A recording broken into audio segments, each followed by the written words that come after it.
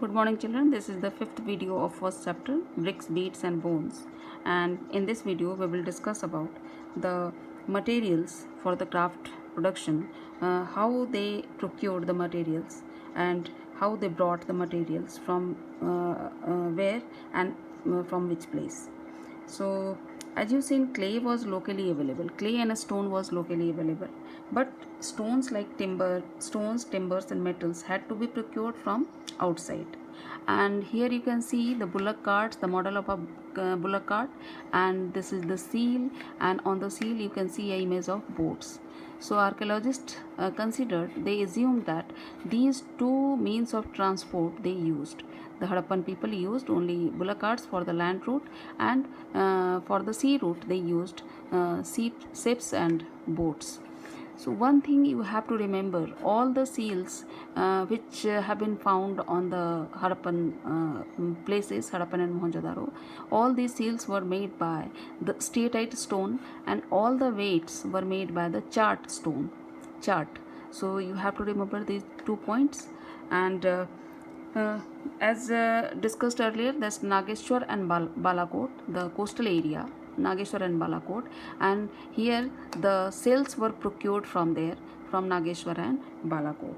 Then lapis lazuli. Here you can see the lapis lazuli, a blue color stone. It is known nowadays. It is known as the लाजवर्थ.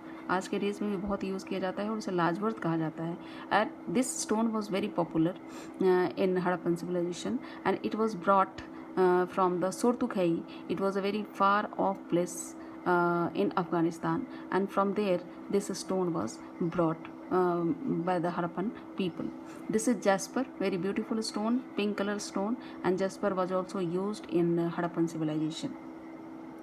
So carnelian, as you seen earlier video, carnelian was a red color stone, and this was procured from the Bharuch Gujarat से मंगाया जाता था. Carnelian blue stone मंगाया जाता था सोरतुकई अफगानिस्तान से.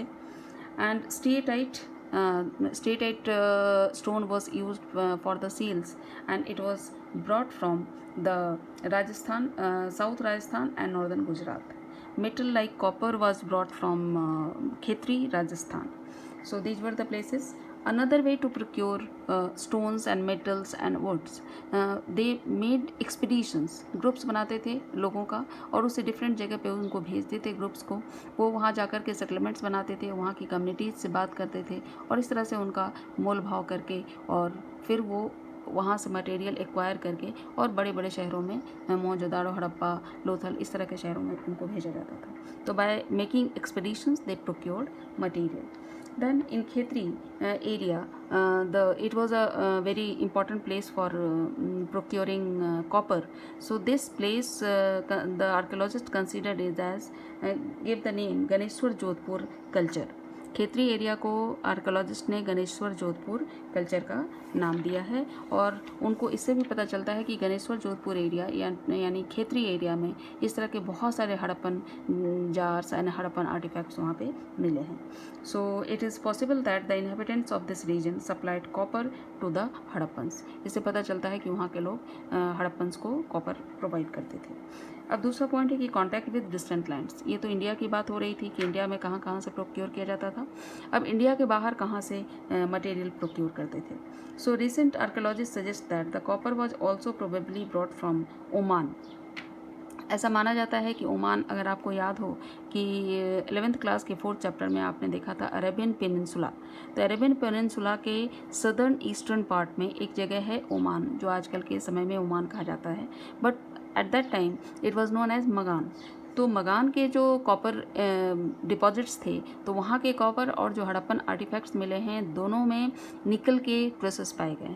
इससे पता चलता है कि ओमान से भी कॉपर ब्रॉट किया जाता था, प्रोक्योर किया जाता था, और राजस्थान के खेतरी से भी हड़प्पन जो थे वो कॉपर को मंगाया करते थे, because it was a bronze age civilisation and copper was used abundantly. So the both places were important for the Harappans for procuring copper. Then the Harappan jar. Here you can see the Harappan jar. This is a important, very important and specific jar. The traces, the evidence have been found in Harappan places, Harappan sites. This jar was coated it was a earthen clay.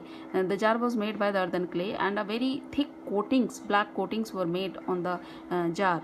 And archaeologists assumed that some liquid material, just like the perfume and important materials, they sent from Harappa to the Omani sites. So Omani sites, this type of jar has been procured by the archaeologists. So that's why they assumed that there was a distant relation, there was a contact between the Harappa and Omani culture.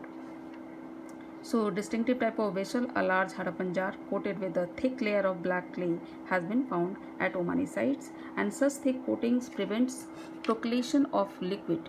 It is possible that Harappan exchanged the content of these vessels for Omani copper. So now the Mesopotamia. As you know that Mesopotamia civilization and the Harappan civilization both were the contemporary. तो Mesopotamian civilisation में जो कई text ऐसे मिले हैं जो Harappans का जिक्र करते हैं, इससे भी पता चलता है कि Mesopotamian civilisation and Harappan civilisation के बीच में एक गहरा रिलेशन था और कई चीज़ों का एक्सपोर्ट एंड इम्पोर्ट किया जाता था. So Mesopotamian texts from 3rd millennium BCE refer that copper coming from a region called Magan. So they called Oman as a Magan. Oman को मगान कहते थे, हड़प्पन पीपल को मेलुहा कहते थे.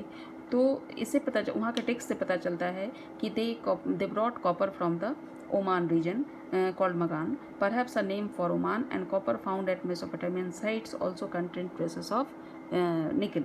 और यहाँ भी जो आर्टिफैक्ट्स मिले हैं मेसोपोटामिया में, उसमें भी निकल के अंश पाए गए हैं, ट्रेसेस पाए गए हैं. इससे पता चलता है कि ओमान से वो कॉपर को मंगाया करते थे. Archaeologist also suggest long distances contacts including Harappa seals, weights, dice and beats.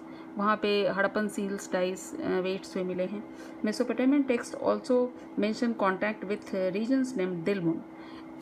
अब आपको पता होगा कि जो अरेबियन पेनिनसुला है वहाँ पे एक जगह है बहरीन, तो बहरीन को वो नाम देते थे दिलमुन.